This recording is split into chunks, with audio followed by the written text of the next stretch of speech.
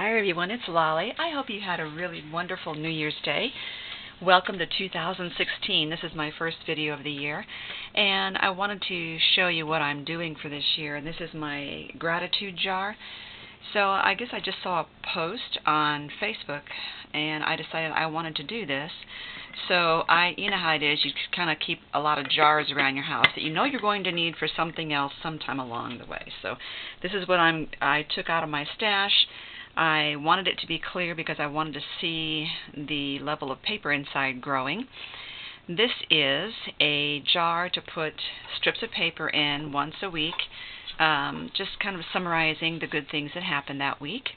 And then you fold them up, put them in the jar, and then at the end of the year, you can go through your year in review and see what an awesome year you had. So what I've done was, just to keep it simple, I knew I wanted the pink, white, and black to match my craft shelves. I just used ribbon and paper, but then I decided I wanted to use some elements that came from my crafty friends. So this little bow I had gotten in a swap.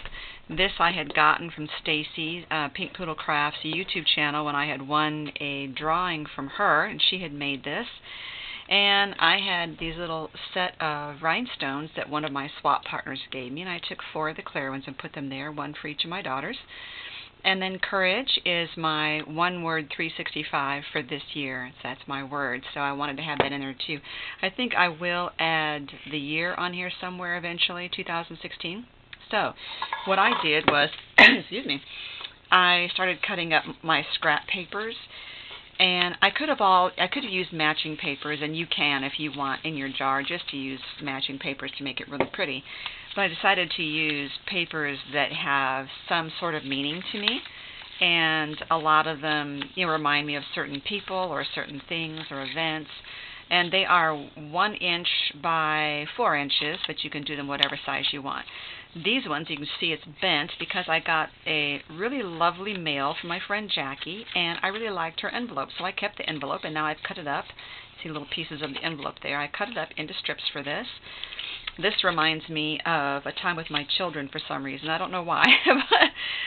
It's black with little white lines in it, and it was when the white milky gel pens were coming out, and we were all playing around with black paper and writing with those. Another envelope from a friend that I received. A real fun time I had at the craft store. The thrift store. Just thoughts here. Just papers that remind me of different things. Again, another really fun trip to the thrift store. So I don't have all of my papers yet, but I figure as other events come through the year, I might take a swatch of paper from another meaningful envelope and stick that in here. And I'm just going to keep these by my bedside, because every Saturday night, as I'm reviewing my week and writing in my journal, I will have these handy, and I can just grab a piece of paper, slide it in here to fulfill my goal for this year of doing my gratitude jar.